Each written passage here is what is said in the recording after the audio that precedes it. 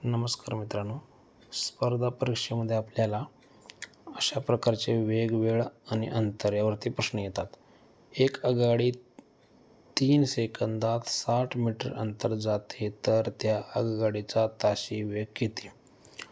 आता काय विचारला आहे आपल्याला वेग. मग आपल्याला तो त्रिकोण मी मागच्या व्हिडिओमध्ये दिलेला होता.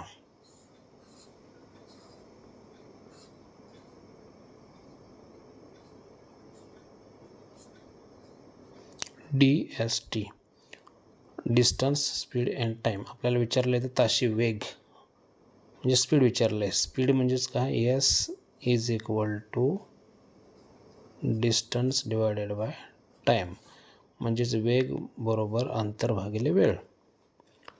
आता वेग आपल्याला काढायचा आहे. वेग बरोबर अंतर किती आहे, 60 मीटर, आणि टाईम 3 सेकंद. म्हणजे हा स्पीड आला 20, 3 1 3, 3 2 6, अशा प्रकारे आपण काढला. पण जे हे 20 हे आलेलं आहे उत्तर, हे कशामध्ये आलेलं आहे? हे आलेलं आहे मीटर पर सेकंद. पण आपल्याला ताशी वेग काढायचा आहे. मग ह्याला दुसरं एक सूत्र आहे. ह्या 20ला काय करायचं, गुणिले 18/5 ने गुणायचं.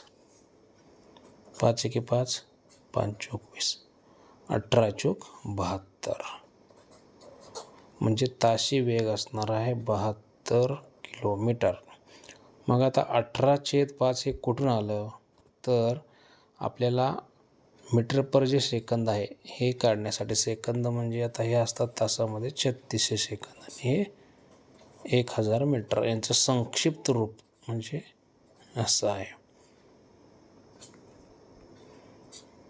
2×18=36, 2×5=15, हे 18/5 आलेलं आहे. नेहमी लक्षात ठेवायचं की आता 20 गुणिले 3600 भागिले 1000 केलं असतं तरी हे 72 किलोमीटरचं उत्तर आलं असतं. आता मी डायरेक्ट याचं संक्षिप्त रूप घेतलेलं आहे 18/5. हे पण लक्षात ठेवायचं नेहमी. आणि अशा प्रकारे आपण अशी उदाहरणे सोडवू शकतो. धन्यवाद.